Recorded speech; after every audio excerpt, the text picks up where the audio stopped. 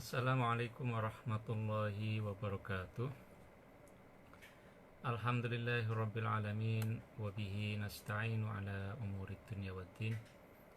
Assalatu wassalamu ala asyrafil anbiya'i wal mursalin sayyidina Muhammadin wa ala alihi wa sahbihi ajmain. Rabbi shrah li sadri wa yassir li amri wa hlul 'uqdatam min lisani yafqahu qawli, amma ba'du. Alhamdulillah, hari ini kita sudah sampai pada pertemuan ke-14 ya, mengaji fikih agraria dengan membaca kitab Al-Ahkam As-Sultaniyah karya Imam Mawardi. Kita masih melanjutkan pembahasan mengenai lahan bersama atau ruang publik ya, yang merupakan suatu jenis sumber daya yang tidak bisa diklaim secara individual tetapi merupakan satu jenis sumber daya yang pemanfaatannya bisa dilakukan oleh banyak pihak ya. Nah, inilah yang dalam kitab Al-Ahkam As-Sultaniyah itu dibahas secara khusus pada bab 16 ya. Bab 16 ini mencakup dua pokok bahasan yang besar gitu ya. Pertama adalah sumber daya yang diperuntukkan atau lahan yang diperuntukkan untuk penggembalaan ya, padang penggembalaan bersama, atau istilahnya adalah al-hima ya. Lalu pokok bahasan yang kedua pada bab 16 ini adalah mengenai lahan-lahan bersama atau ruang publik gitu ya, yang bisa digunakan bersama untuk peruntukan yang lain ya. Jadi bukan untuk pertanian atau untuk peternakan, tetapi untuk mendukung aktivitas-aktivitas yang lebih luas ya, aktivitas sosial maupun aktivitas ekonomi. Nah, sebelum kita baca, saya sedikit mereview ya pertemuan sebelumnya, bahwa menyangkut lahan bersama atau ruang publik ya yang bisa dimanfaatkan oleh banyak pihak untuk fungsi-fungsi non pertanian dan non peternakan inilah yang disebut sebagai al-arfaq ya. Ada 3 kategori dari al-arfaq ini menurut Imam Mawardi. Pertama adalah lahan bersama yang itu terdapat di wilayah perlintasan gitu ya, dan lahan bersama itu bisa dimanfaatkan oleh karavan gitu ya, yang dalam perjalanan melintasi Sahara itu untuk istirahat, untuk transit, atau untuk mengisi perbekalan ya, karena biasanya di titik-titik itu ada oase atau ada orang yang menyediakan layanan suplai logistik ya, termasuk air ya. Nah, itu jenis yang pertama.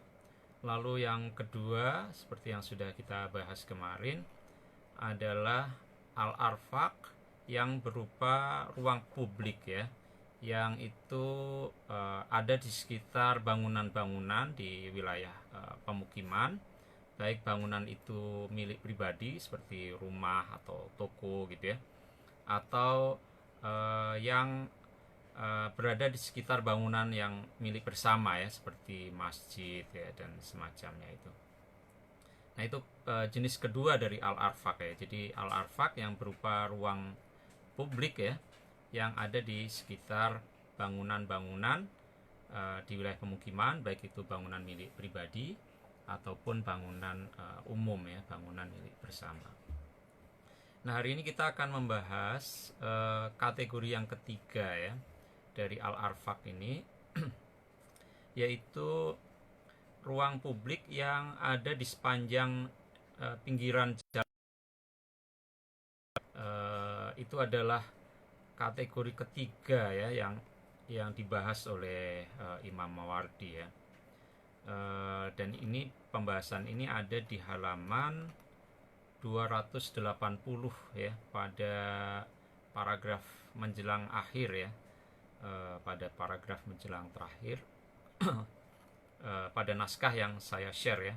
Kalau terbitan lain mungkin halamannya berbeda ya. Jadi bagi Anda yang sudah mengunduh naskah itu, silakan untuk mengikuti mulai halaman 280 paragraf terakhir. Kita akan mengirimkan surah Al-Fatihah dulu kepada junjungan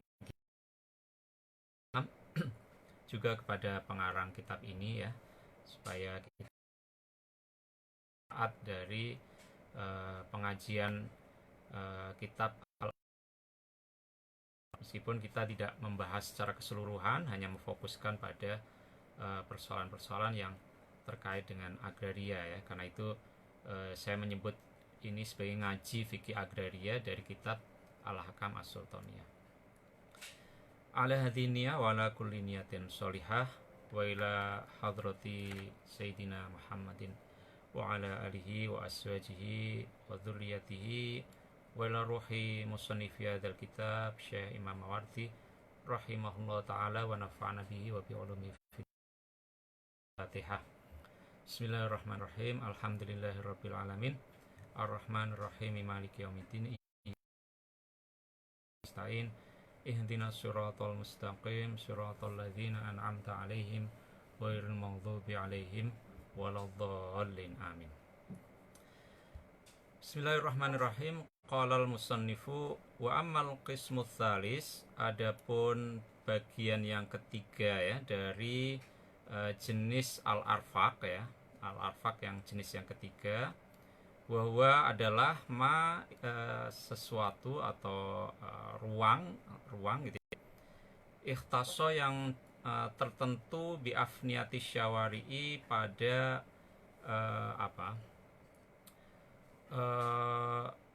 pinggiran jalan raya ya, jalan raya besar, jalan raya syawari ya, syari waturuqi, dan jalan yang lebih kecil ya, bukan jalan besar ya.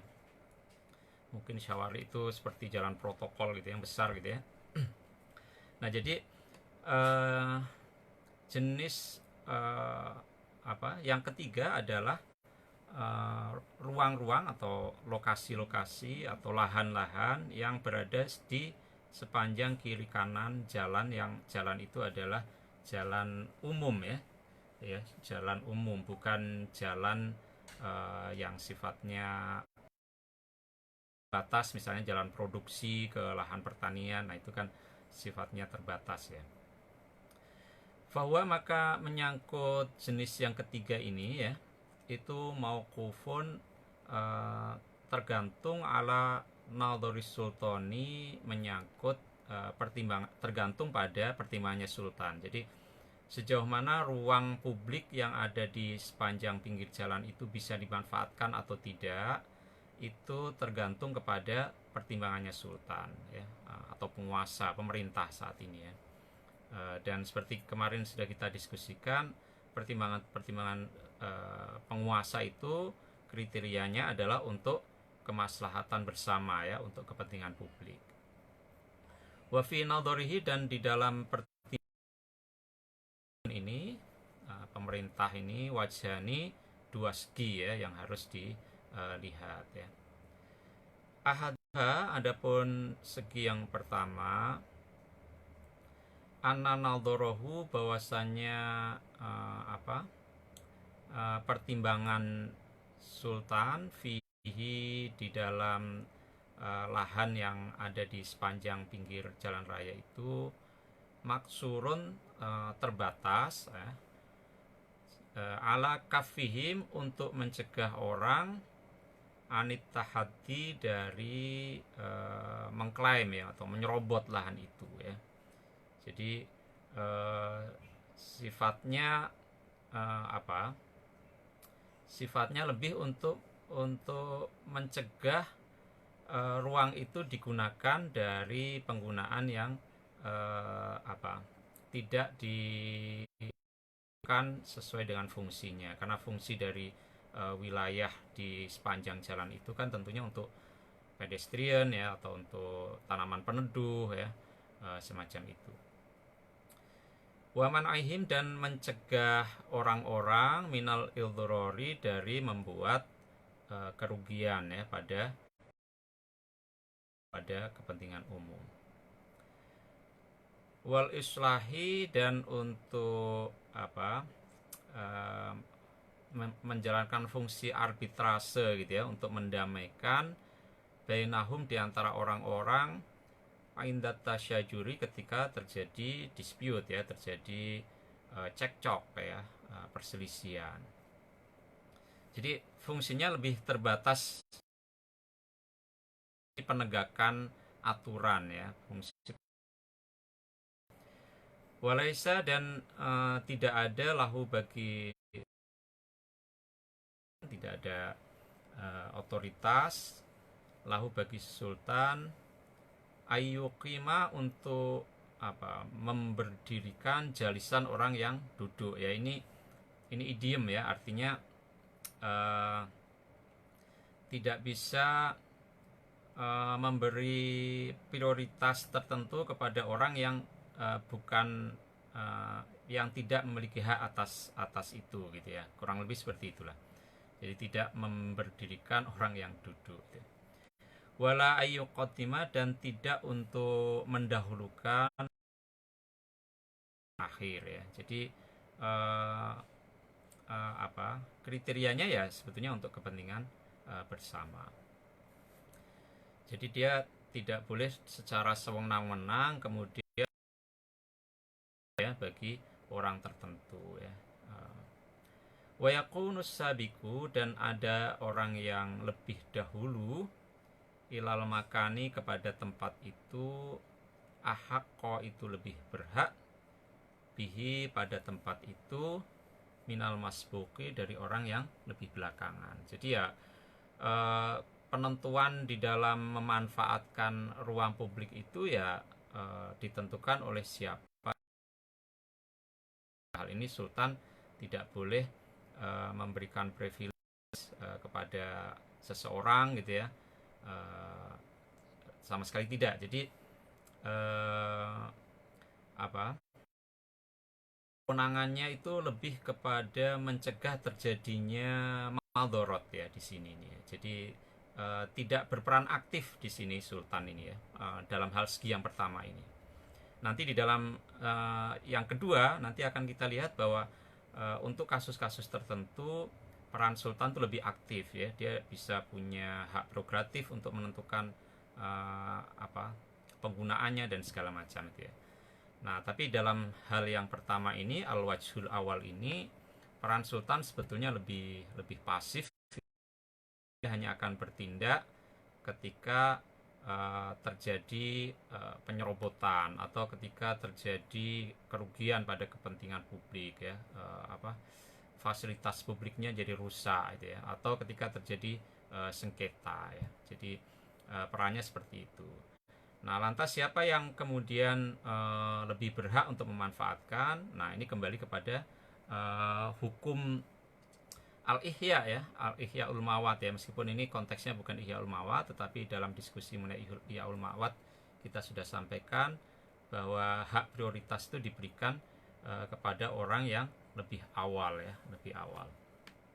Nah, jadi dalam hal ini siapa yang lebih awal maka dia lebih berhak untuk memanfaatkan ruang publik di sepanjang jalan raya itu. Nah, tetapi dalam hal segi yang kedua ini sultan bisa saja mengambil peran yang lebih aktif ya, tidak pasif ya. Kalau tadi kan maksuroh ya, terbatas pada pencegahan timbulnya kerugian ya. Nah, maksurun ala kafihim anitahadi ya, tadi seperti itu. Nah, dalam hal yang kedua ini sultan bisa saja mengambil peran yang lebih aktif ya. Nah, mungkin ini juga sangat situasional ya, tergantung kepada jalan raya itu ya, keramaiannya, apakah dia ada di kota atau itu jalan-jalan raya yang mungkin ada di pinggiran kota atau di pedesaan yang tidak menuntut pengaturan yang terlalu ketat ya dari sultan. Dan dalam hal jalan yang ada di pinggir kota atau di desa ya, itu mungkin peran sultan ya untuk sekedar mencegah supaya tidak terjadi kerugian pada kepentingan umum ya.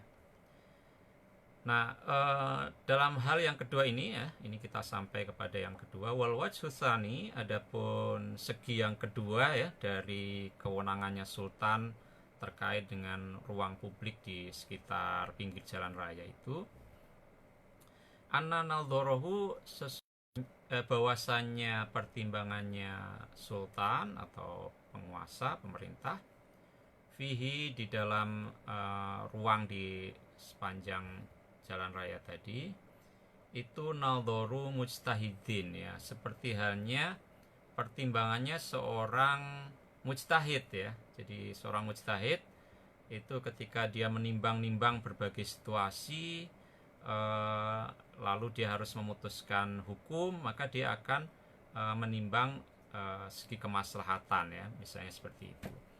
Jadi dia tidak sekedar mengambil peran penjaga gawang gitu ya, ketika kemudian ada kasus baru dia turun tangan begitu, tidak, tetapi seorang mujtahid dia akan memberi solusi-solusi hukum ya, bahkan untuk kasus-kasus yang belum ada presidennya, tetapi dia memandang itu untuk antisipasi ke depan perlu dia dia keluarkan istihadnya, maka dia akan melakukan itu ya.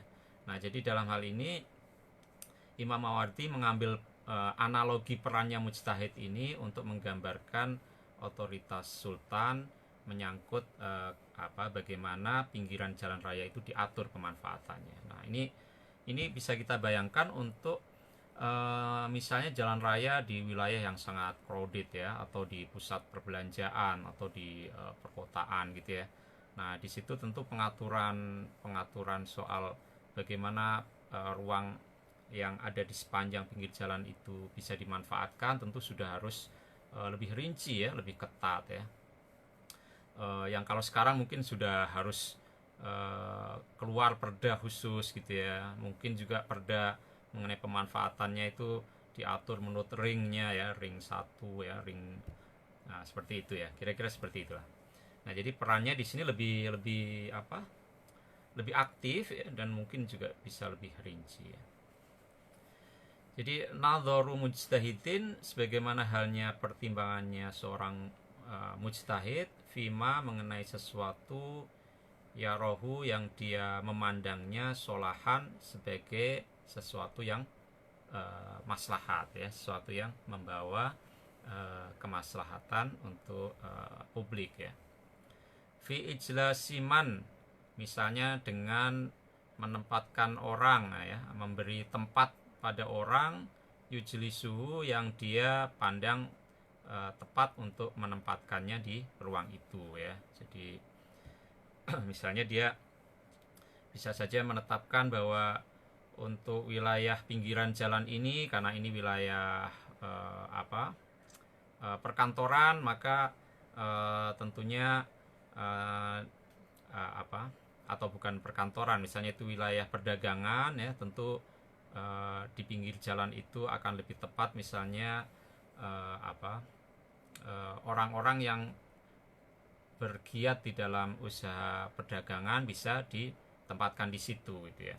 Tetapi kalau misalnya jalan raya itu ada di kompleks perkantoran, tentu bukan semacam itu ya. Jadi itu akan sangat tergantung kepada bagaimana pertimbangan sultan ya. Jadi ini kan menyangkut public policy ya, untuk menetapkan fungsi dari ruang di pinggir jalan itu, dan itu tentu tidak bisa dilepaskan dari tata ruang di kota itu secara keseluruhan. Waman iman, dan mencegah orang yamnauhu yang dia pandang harus mencegahnya ya, sama ya dengan tadi, siapa yang lebih tepat untuk ditempatkan di situ atau siapa yang tidak boleh ada di situ ya. Misalnya kalau di wilayah perkantoran tentu pedagang kaki lima nggak boleh ketika pedagang kaki lima dibolehkan untuk berjualan di pinggir jalan ya, tentu dengan pengaturan supaya tidak mengambil mengganggu pejalan kaki ya. tentu kebolehan itu ya sangat ditentukan oleh tata ruangnya juga misalnya. Tetapi kalau misalnya lokasinya misalnya di depan kantor gubernur gitu ya, ya tentu akan tidak elok kalau kemudian jalan di seberangnya kantor gubernur itu dibuka untuk pedagang kaki lima yang bisa mengganggu kepentingan umum ya untuk mendapatkan pelayan publik ya. Ini sekedar contoh ya, kurang lebih seperti itu ilustrasinya ya. Wataktimu man, dan berwenang untuk mendahulukan orang, yukodimuhu, yang sultan anggap layak untuk didahulukan ya. Ini semuanya mengasumsikan bahwa sultan punya peran aktif di dalam mengatur pemanfaatan lahan-lahan di sepanjang jalan raya tadi ya. Nah, ini segi yang kedua ya. Jadi tadi sudah disampaikan bagaimana kewenangan sultan untuk mengatur pinggiran jalan raya ya, yang di situ perannya sebetulnya lebih pasif gitu ya. Sementara yang di sini lebih aktif. Nah, keaktifan ini kemudian diilustrasikan lagi oleh Imam Mawardi untuk kasus yang lain ya. Sebagaimana kita baca berikut ini ya. Kama yastahidu, sebagaimana halnya berijtihad ya sultan fi amwali baitil mali, di dalam pengalokasian keuangan di perbendaharaan negara ya. Jadi bagaimana dia mengalokasikan uang ya, politik budgetingnya itu adalah ruang di mana ijtihad sultan dituntut ya. Peran aktif sultan atau penguasa atau pemerintah di dalam mengalokasikan anggaran negara itu kan tidak mungkin pasif di situ. Itu adalah kebijakan yang harus dijalankan secara detail ya, secara cermat gitu ya, dan itu membutuhkan satu pengambilan kebijakan yang aktif ya, tidak sekedar peran yang pasif. Wa iqta'il mawati, dan di dalam memberikan alokasi atas lahan-lahan yang belum dimanfaatkan ya, iqta ya, politik alokasinya ya. Jadi sebagaimana alokasi anggaran, juga alokasi sumber daya ya, baik sumber daya itu berupa lahan misalnya ya, atau tambang atau apa ya, sumber daya alam yang lain ya. Itu juga membutuhkan pertimbangan yang teliti, cermat dari sultan ketika mengambil kebijakan-kebijakan mengenai soal itu ya. Itu tidak bisa sekedar istilahnya sekarang laissez faire ya, diserahkan kepada mekanisme pasar begitu ya. Tidak bisa seperti itu ya. Nah, di sini di segi yang kedua ini kita melihat bagaimana Imam Mawardi menekankan ada wilayah-wilayah di mana peran sultan itu dituntut untuk aktif ya. Misalnya dalam hal alokasi budget atau alokasi lahan ya, itu harus aktif ya. Dan tentu kriterianya harus berdasarkan kemaslahatan umum ya. Dan kemarin juga waktu kita mendiskusikan mengenai Al-Hima ya, padang penggembalaan, ketika kemudian Al-Hima itu over capacity ya, maka harus ada prioritas di situ. Dan Imam Mawardi menekankan bahwa dalam hal ketika over capacity ya, sumber daya alam itu sudah tidak mampu menampung semuanya, maka orang yang kaya diminta untuk mundur gitu ya. Jadi penggembala yang kaya, yang ternaknya jauh lebih banyak di padang penggembalaan itu, mereka diminta untuk keluar atau untuk mengurangi populasi ternaknya ya. Nah, kita sudah mendiskusikan ya kemarin ya, bahwa dengan adanya norma atau institusi semacam itu, maka tidak tepat jika dikatakan bahwa the commons itu, dalam hal ini padang rumput itu, kemudian selalu berkonsekuensi kepada the tragedy of the commons ya, overgrazing seperti disampaikan oleh Hardins. Justru sebaliknya ya, karena ada aturan-aturan seperti itu, dan justru karena itu juga maka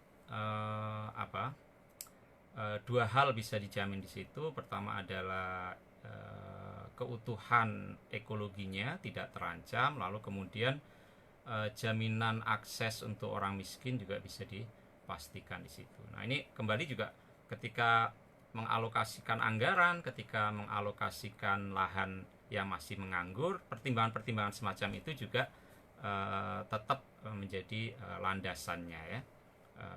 Ada peran aktif dari pemerintah ya, tetapi peran aktif itu tetap didasarkan kepada kemaslahatan umum. Wala yaj'alu, dan tidak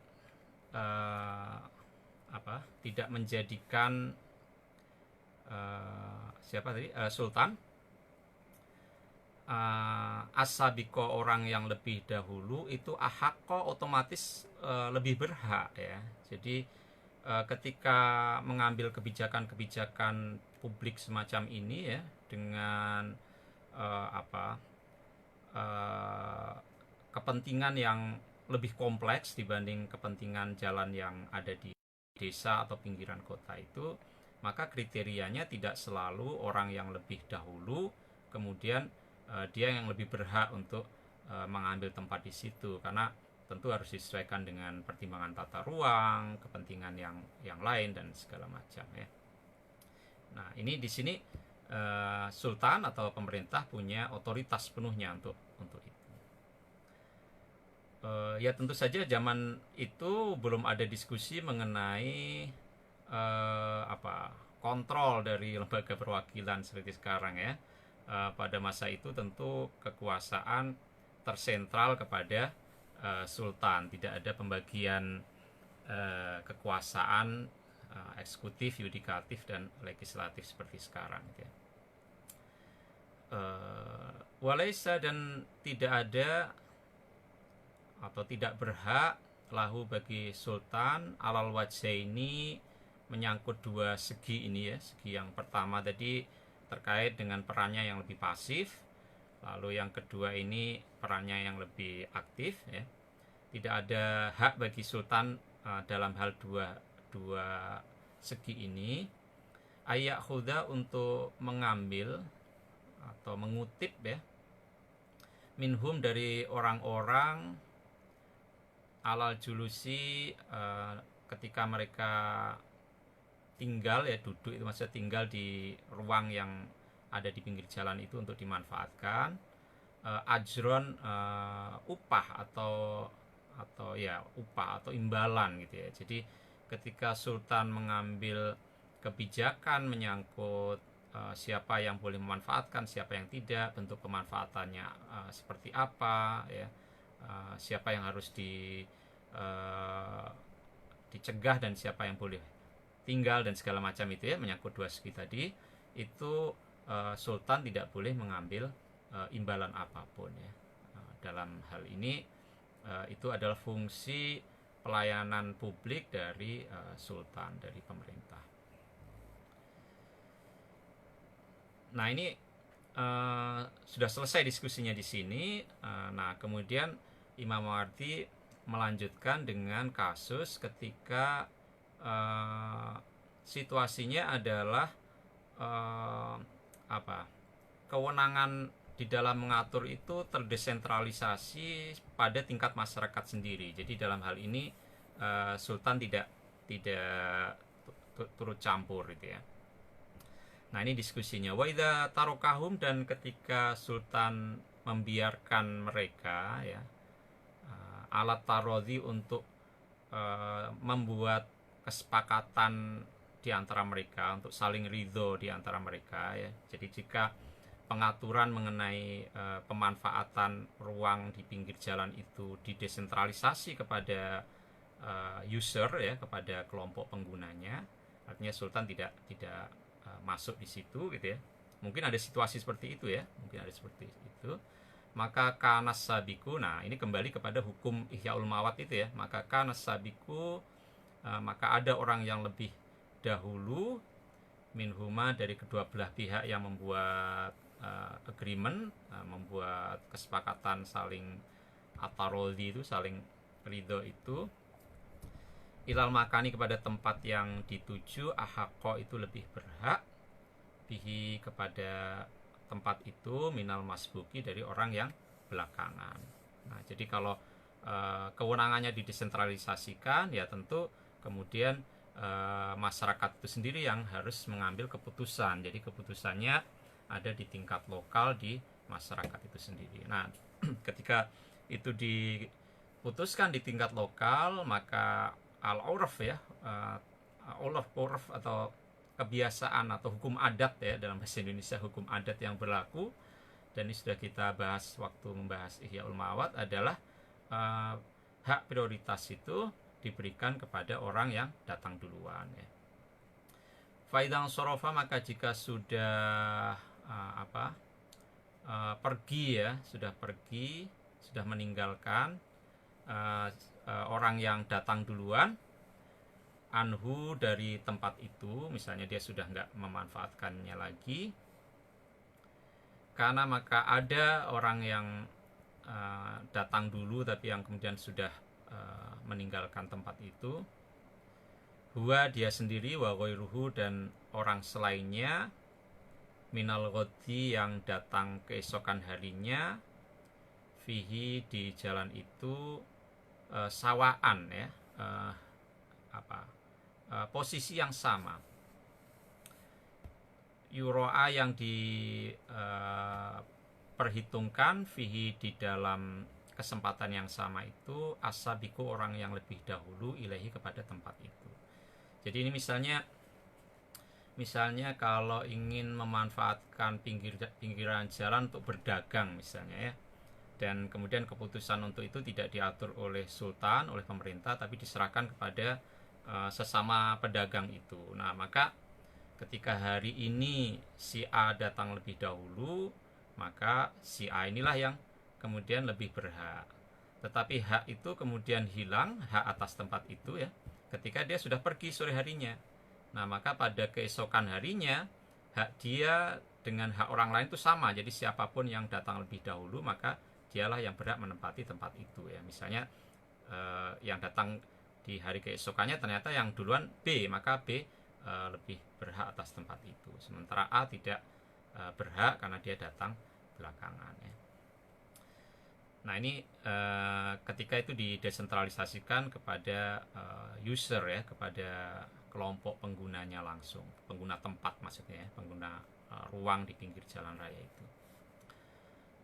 Nah, tetapi ada pendapat dari Malik, waqala, dan berkata Malikun, Imam Malik,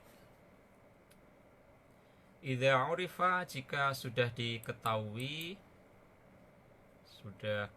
ahaduhum, salah satu di antara mereka para pengguna itu, bimakanin, pada satu tempat. Nah, misalnya sudah dikenal bahwa si A itu dari dulunya mangkalnya di situ misalnya ya, wasoro, dan menjadi si orang itu bihi, pada tempat tadi itu, masyhuron, sudah masyhur ya, dia sudah terkenal, dia selalu mangkalnya untuk jualan ada di tempat itu. Karena maka ada dia ya, si orang ini, ahakko, itu lebih berhak, bihi, pada tempat tadi, min ghairihi, dari selain dia ya. Qot'an ya, untuk memutus litanazui, adanya perselisihan, wahasman, dan mencegah litasyajuri, percekcokan. Jadi menurut Imam Malik, kalau misalnya memang ada yang sudah dikenal, misalnya itu pedagang senior gitu ya di situ, yang sebelum orang-orang lain pada datang di situ dia memang sudah mangkal di situ, semua orang tahu ya, kemudian ada pengakuan secara de facto gitu ya di antara mereka, ya sudah, berarti dia ya sudah berhak di situ, yang lain tidak usah mempersoalkan lagi ya, supaya tidak ada perselisihan, tidak ada percekcokan.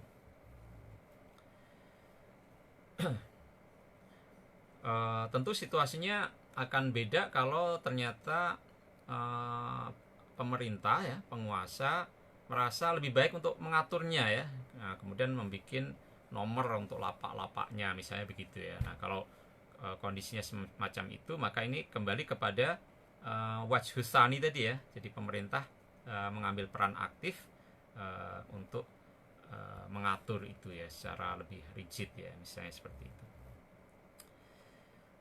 Wa'tibaru hadza, adapun kesahihan ya dianggapnya hal ini ya, artinya orang yang sudah dikenal biasa mangkal di situ itu diakui untuk tetap di situ ya, itu di ya dianggap muktabar, dianggap berlaku. Wa'tibaru hadza, dan berlaku hal ini ya, muktibar ya justified begitulah ya. Hal ini justified begitulah kira-kira. Artinya pengakuan orang yang sudah masyhur untuk tetap masyhur pada satu lokasi untuk tetap mangkal di situ itu ya. Itu justified. Wa ingkana, meskipun ada lahu bagi orang itu fil maslahati, ditinjau dari segi kemaslahatan, itu wajhun, ada satu segi yukhrijuhu yang mengeluarkan wajhun tadi itu hu pada tempat an hukmil ibahati, dari hukum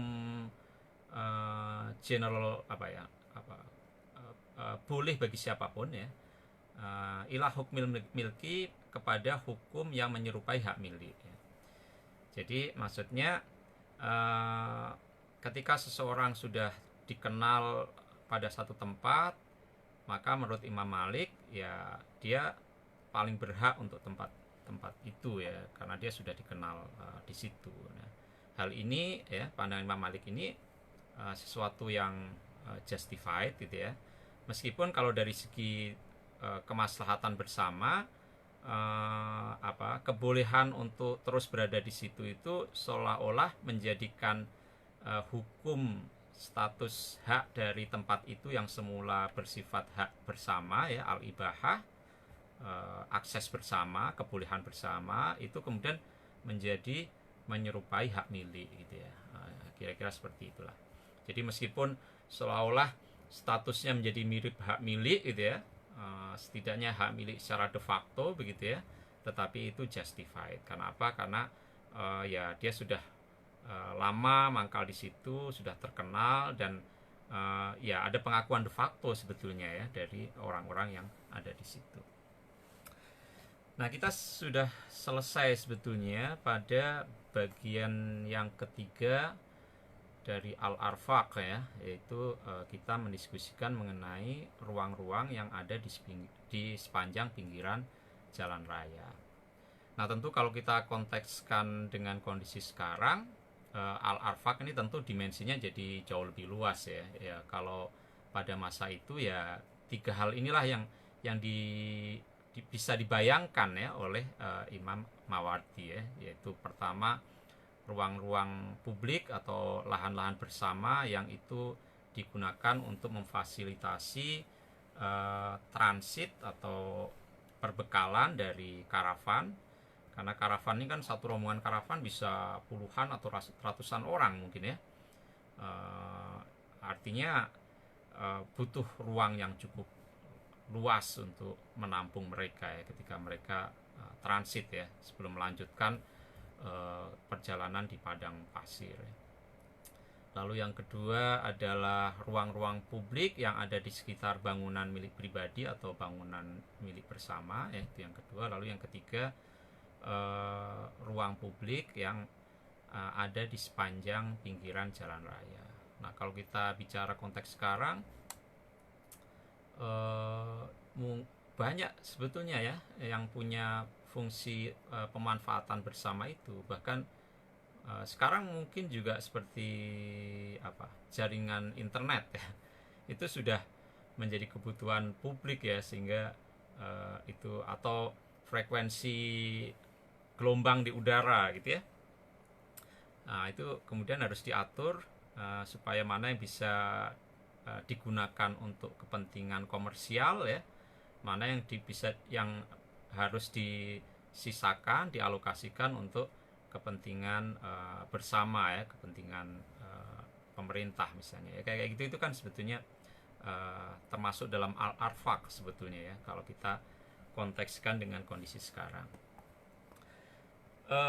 Saya kira untuk pertemuan ini itu dulu ya, karena kita sudah sampai pada pasal yang baru dan ini topiknya sudah cukup berbeda gitu ya dari yang bagian ini.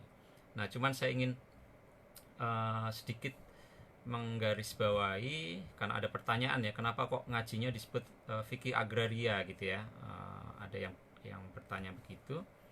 Nah, kalau kita mengikuti diskusi Imam Mawardi ya dari awal bab 15, maka jelas sekali bahwa ini bukan sekedar fikih pertanian ya. Bahkan ketika barusan kita mendiskusikan mengenai alokasi ruang dan segala macam, itu kan bukan pertanian ya, itu menyangkut penggunaan ruang ya, menyangkut pemanfaatan bersama atas ruang publik ya, dan itu untuk memfasilitasi aktivitas-aktivitas yang jauh lebih banyak ketimbang aktivitas pertanian ya.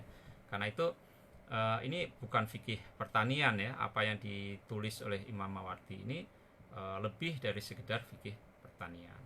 Lalu juga bukan sekedar fikih tanah ya, karena bab 15 sendiri misalnya itu bicara mengenai Ihya'ul Mawat ya, menghidupkan lahan yang masih menganggur atau lahan yang dulu pernah dimanfaatkan tapi kemudian terlantarkan, itu juga termasuk al-mawat. Nah, itu memang bicara mengenai lahan. Tetapi pada bab 15 juga Imam Mawardi mendiskusikan juga soal pasokan air ya, istikhrajul miyah ya. Nah, ini juga tidak bisa kemudian dikatakan fikih tanah ya, karena Imam Mawardi membicarakan aspek lain dari sistem produksi, yaitu sumber daya air ya. Lalu pada bab sekarang ini bab 16 kita juga sudah membaca mengikuti diskusi mengenai ruang-ruang untuk pemanfaatan bersama ya. Ini juga bukan lagi sekedar tanah ya, tetapi space itu sendiri ya.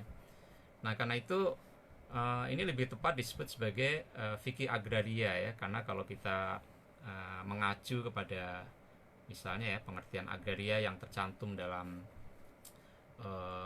undang-undang pokok agraria misalnya, kan di situ disebut bumi ya, air dan ruang angkasa dan kekayaan alam yang terkandung di dalamnya ya. Jadi memang ada aspek bumi itu termasuk permukaannya ya, yang disebut sebagai tanah itu ya. Lalu ada air ya. Lalu juga ada ruang angkasa ya. Jadi ada ruang di atas permukaan bumi ya. Jadi itu juga semuanya tercakup di dalam pengertian agraria ya.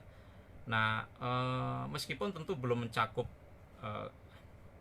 kesemuanya itu ya, bumi, air, ruang angkasa dan kekayaan alam yang terkandung di dalamnya, tetapi jelas sekali dalam diskusi yang sudah kita bahas sejauh ini, Imam Mawardi tidak membatasi diri hanya pada tanah, tidak hanya pada air, tidak hanya pada pertanian atau pada peternakan, tetapi juga pada jenis-jenis sumber daya alam yang lebih beragam, dan juga untuk penggunaan yang lebih beragam juga ya, tidak hanya pertanian tapi juga peternakan, tetapi juga aktivitas sosial ekonomi yang lain ya. Nah, itu kenapa kemudian saya menjuluki ya pengajian ini sebagai fikih agraria, bukan fikih pertanian atau fikih tanah ya. Saya kira itu dulu ya. Kita besok akan melanjutkan dengan topik bahasan yang sedikit berbeda, tapi masih di dalam bab 16 mengenai al-hima wal arfaq ya. Semoga bermanfaat, kurang lebihnya mohon maaf. Assalamualaikum warahmatullahi wabarakatuh.